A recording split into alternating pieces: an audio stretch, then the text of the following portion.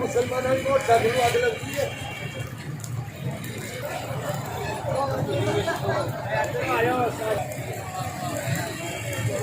जी doctor साहब क्या हुआ साहब ठीक ठाक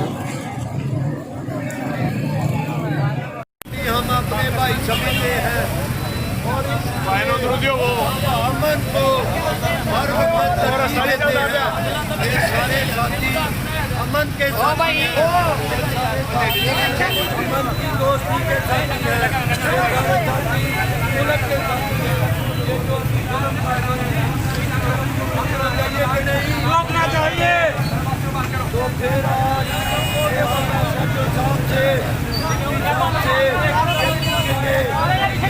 क्यों हो रहा है? सुन्नियत के साथ जुल्म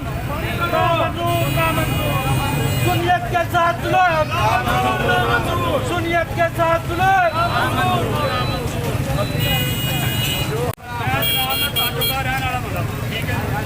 तकरीबन 4 साल तो लगातार गलत करते आ रहे हैं। ठीक है, ना वो रूट है ना वो परमट है। ठीक है, ये जिन्ना भी जो भी कुछ करन दे गलत करते पे ने। ये 3-4 साल हो गए अपनी नियत सारे महकमा कोई महकमा नहीं छड़िया, अखीर कोई कसर नहीं छड़ी। SHO साहब तो रह के कोई ऐसा DCO AC कोई महकमा नहीं छड़िया। साढ़े सार ज्यादा हो रही है। ठीक है, जल्दी जलूस खड़े जा रहे हैं। ठीक है, SHO साहब अपनी निगरानी के गलत कर रहे हैं, जो कर रहे हैं गैर कानूनी कढ़ा रहे हैं, सारा गलत कर रहे हैं। अं इंतजाज करने पे साढ़े बच्चों को हरा छड़िया भी जाए।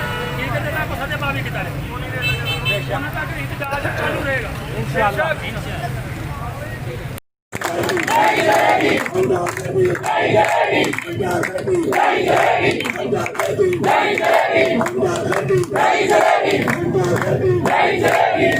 मुद्दाई नहीं, हम सारे मुद्दाई हैं।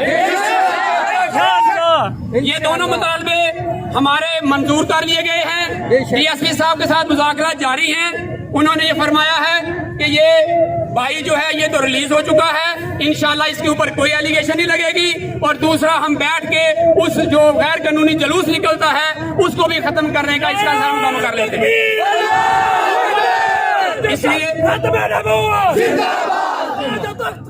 गैर कानूनी जुलूस निकाल सके।